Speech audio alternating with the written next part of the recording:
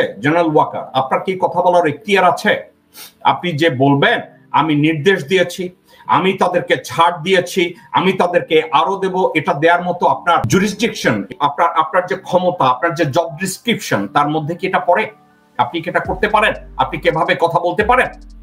আপনি এটা করে আপনি কি আর্মি ডিসিপ্লিন ভঙ্গ করেন না? আপনাকে কি এই বক্তব্যটার জন্য আপনাকে কি গ্রেফতার করা যায় না?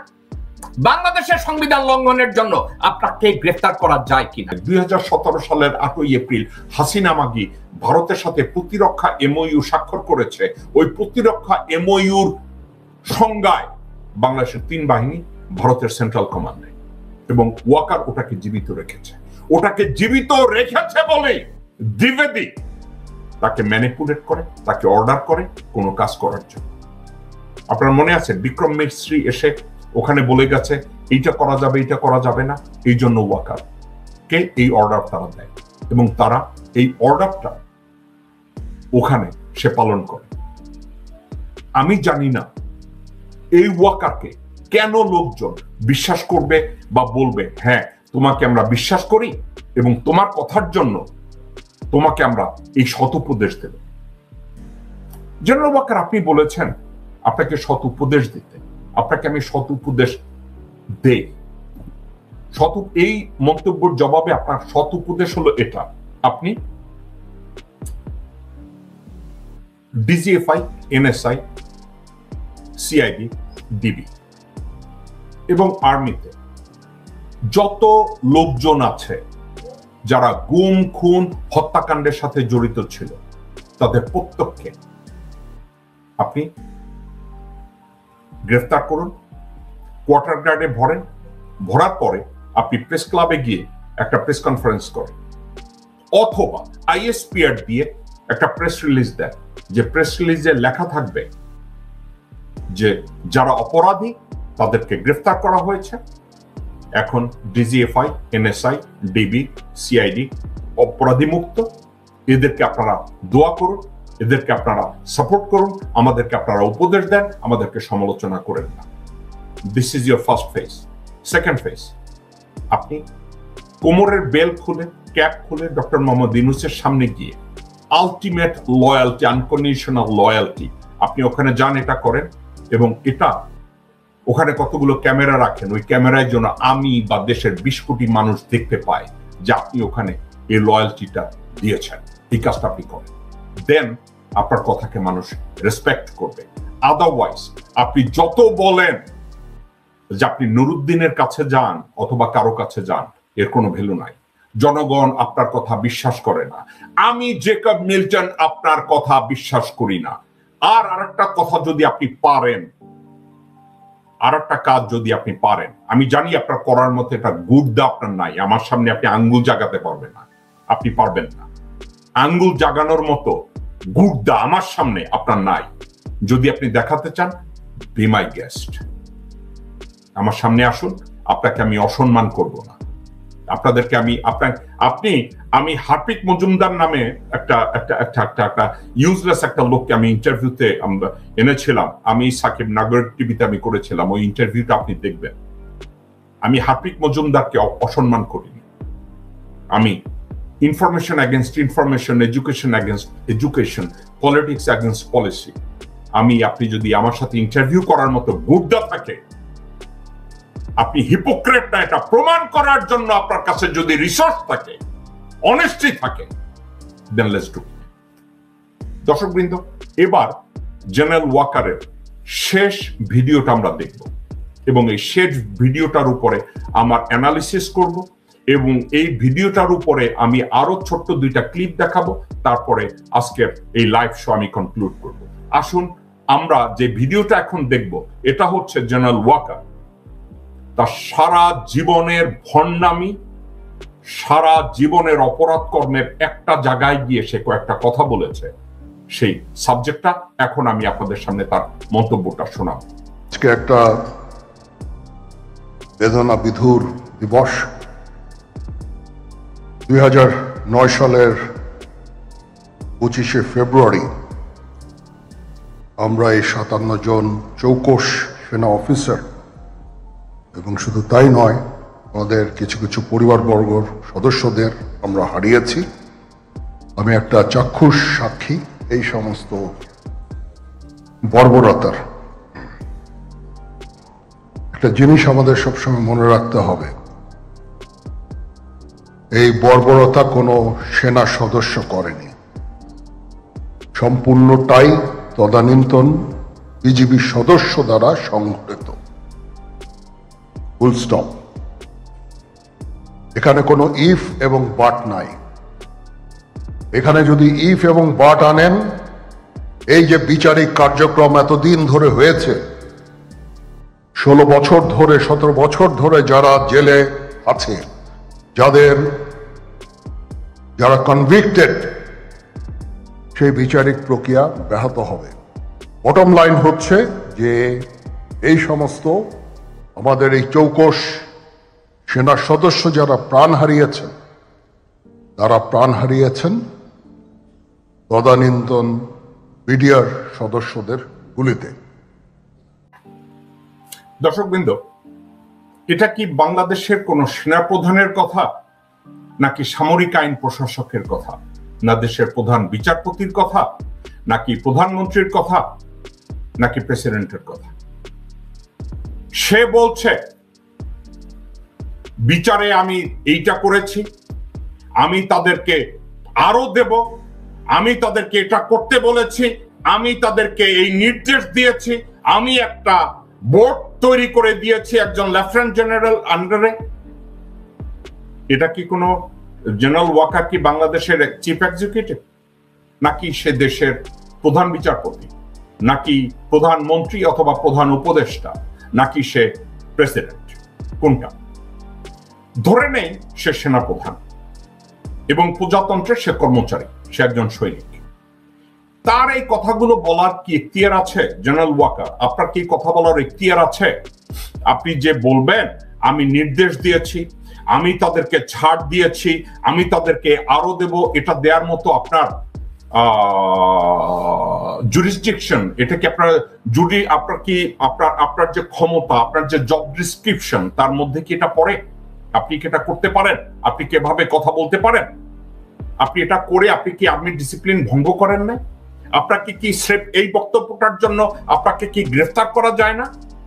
বাংলাদেশের সংবিধান লঙ্ঘনের জন্য আপনাকে গ্রেফতার করা যায় কিনা? নাম্বার 1। নাম্বার 2, সে বলেছে যে বিডিআর পিলখানা ম্যাসাকারের সাথে জড়িত ছিল স্রেফ বিডিআর এ কর্মরত সিপাহীরা, বিডিআর এ কর্মরত লোকজনরা।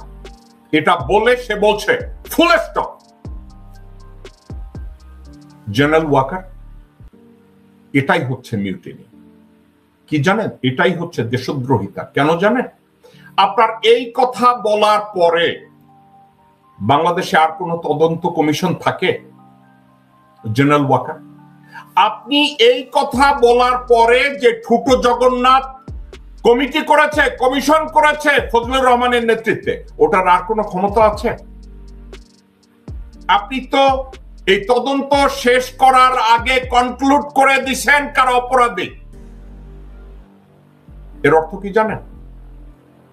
এটা প্রমাণ করে আপনি বিডিআর হত্যাকাণ্ডের বিচারটা যাতে না হয়, সার্বিকভাবে আপনি এই ষড়যন্ত্রে লিপ্ত। এই ষড়যন্ত্রের সাথে you are one of the কুশীলব। আমি এই মুহূর্তে নাম বলবো না, একজন যে আপনাকে নিয়ে মাঝে মাঝে ফরিং ফরিং খেলে, বলে মনে করে আপনি দেশপ্রেমিক, তাকে নাকি সত্য কি মিথ্যা জানি না, is between you and that individual. সে বলছে যে আপনি 17 বেঙ্গলের ছিও মেজর ওয়াকার যখন ওখানে দাঁড়ায় ছিল, 46 এর ব্রিগেড কমান্ডার ব্রিগেডিয়ার জেনারেল হাকিম আপনাকে ভিতরে যেতে বলেছে এবং আপনি যান নাই।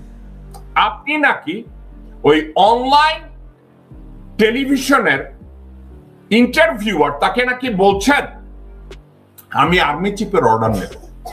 জেনারেল ওয়াকার এবং দর্শকবৃন্দ, আপনাদেরকে আমি একটা কথা বলব, আর্মির চেইন অফ কমান্ডে একজন সিপাহীকে যদি একজন হাবিলদার, যে কখনো কখনো প্লাটুন কমান্ডারের দায়িত্ব পালন করতে পারে, সে যদি অর্ডার দেয় গুলি করার জন্য মাঠে, যুদ্ধের মাঠে, জরুরি অবস্থায়, ওই আর্মি সিপাহের দরকার নাই আর্মি চিফ কি বলছে, ওই আর্মি সিপাহীর কাছে ওই হাবিলদার কি বলছে ওইটাই কথা। This is army protocol, chain of command.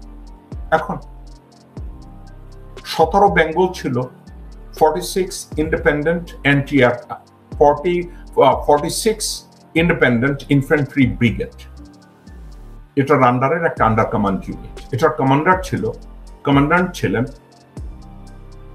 Brigadier general হাকিম। একজন ব্রিগেডিয়ার জেনারেল একটা আন্ডার কমান্ড ইউনিটের অ্যাক্টিং সিও ওয়াকারকে বলছে তুমি ভিতরে যাও। সে বলছে ভিতরে যাওয়া যাবে না, প্রধানমন্ত্রী আমাকে নিষেধ করেছে। এটা কি ওয়াকার চেইন অফ কমান্ডের মধ্যে পড়ে? অথবা ওয়াকার বলেছে আমাকে আর্মি চিফ বলবে। তুমি শালা একটা মেজর, একটা ইউনিটের, ইনফ্যান্ট্রি ইউনিটের তুমি অ্যাক্টিং সিও, তোমাকে তোমার ব্রিগেড কমান্ডার বলছে তুমি এটা করো, তুমি ওইখানে বসে থাকবা, প্রধানমন্ত্রী তোমারে কি বলছে আর আর্মি চিফ তোমারে কি বলবে এটার উপরে? বিডিআর পিলখানা ম্যাসাকারের উপরে ওখানে জেনারেল ওয়াকার, আপনি এবং আরো কিছু অফিসাররা যারা সরাসরি আওয়ামী ঘরোয়া রাজনীতিতে বিশ্বাস করে এবং আওয়ামী পরিবারের সদস্য, তারা সবাই মিলে একত্র হয়ে এই হত্যাকাণ্ডটাকে ধামাচাপা দিতে চেয়েছে। ওয়াকার আপনি তাদের একজন।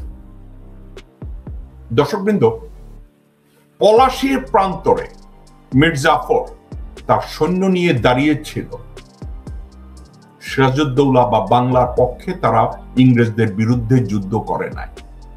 জেনারেল ওয়াকার, আমি যদি আপনাকে ক্যাটাগরাইজ করি, you are just second Mir Jafar.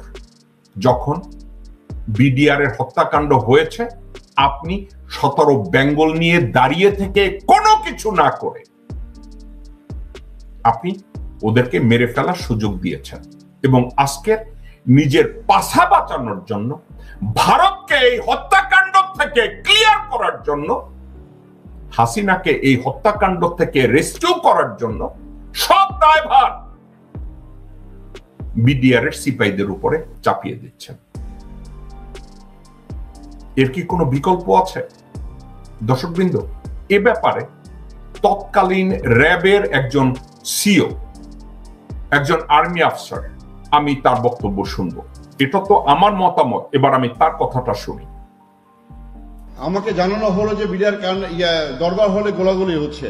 আমি সঙ্গে সঙ্গে, আমার গাড়ি পাশেই ছিল, আমি গাড়িতে উঠে দ্রুত আমি ধানমন্ডি ক্যাম্পে চলে আসি, ধানমন্ডি ফিজিক্যাল ট্রেনিং ক্যাম্পে। সেখান থেকে আমি 7টা AK-47 ড্র করি, প্রায় 2000 রাউন্ড নিই, আমার সাথে আরো 7 জনকে সঙ্গে নিয়ে নিই।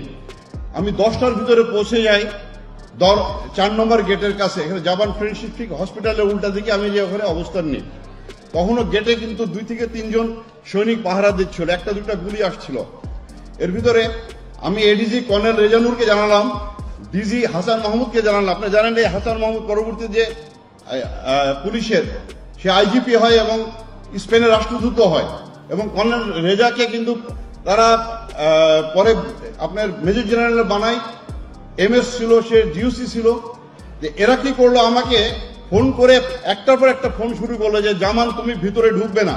তা আমি জিজ্ঞাসা করলাম, স্যার আমরা এখানে অফিসারদের তো মেরে ফেলতেছে, আমাদের কাছে আসলে গুলি শুরু হয়েছে। বলে যে না তুমি ভিতরে ঢুকবে না, আমরা প্রধানমন্ত্রীর সাথে বসেছি যমুনা ভবনে, উনি বলছে কেউ গোলাগুলি করবে না, উনি এটা শান্তিপূর্ণভাবে সমাধান করবেন। বিডিআর হত্যাকাণ্ড কোনো হত্যাকাণ্ড ছিল, এটা পরিকল্পিত একটি হত্যাকাণ্ড ছিল, যেখানে শেখ হাসিনা সরাসরি জড়িত এবং তার নানক, মির্জা আজম, তাপস, প্রত্যেককে। আমি কয়েকটা ছোট্ট ছোট্ট ঘটনা বলি। সারাটা দিন আমাদেরকে ঢুকতে দিল না, সেনাবাহিনী আসলো, এসে আমার কাছে, তখন মেজর ওয়াকার ওয়াইসি ছিলেন 17 বেঙ্গলের, এখন বর্তমান সেনাপ্রধান, উনি একটা কোম্পানি নিয়ে আসলেন, আমাকে বলে জামান এখানে কি করব। আমি স্যার আপনাকে কি বলেছে? বলে যে না আমাকে তো ভিতরে ঢুকতে নিষেধ করছে। তো বলেছে স্যার তাহলে তো আসলেন কেন আপনারা? কেউ যদি ভিতরে না ঢুকি তো ওনারা খালি হাতে যুদ্ধ করবে? এর ভিতরে কর্নেল গুলজার আমাকে ফোন দিল 10টার থেকে 10:15টার দিকে, যেমন তুই কোথায়, তুই তাড়াতাড়ি আমাকে বাঁচা, এরা এখন অর্গানাইজ না। আমি স্যার আমি এসে গেছি স্যার, আমাদের ঢুকতে দিচ্ছে না। কর্নেল এমদাদ আপনারা জানেন, one of the best commando of Bangladesh, 500 জাম করেছিলেন উনি, উনার জানে ভয় করে কিছু ছিল না। এই কর্নেল এমদাদ আমার জামান তুই একটা প্লাটুন নিয়ে ভিতরে আয়।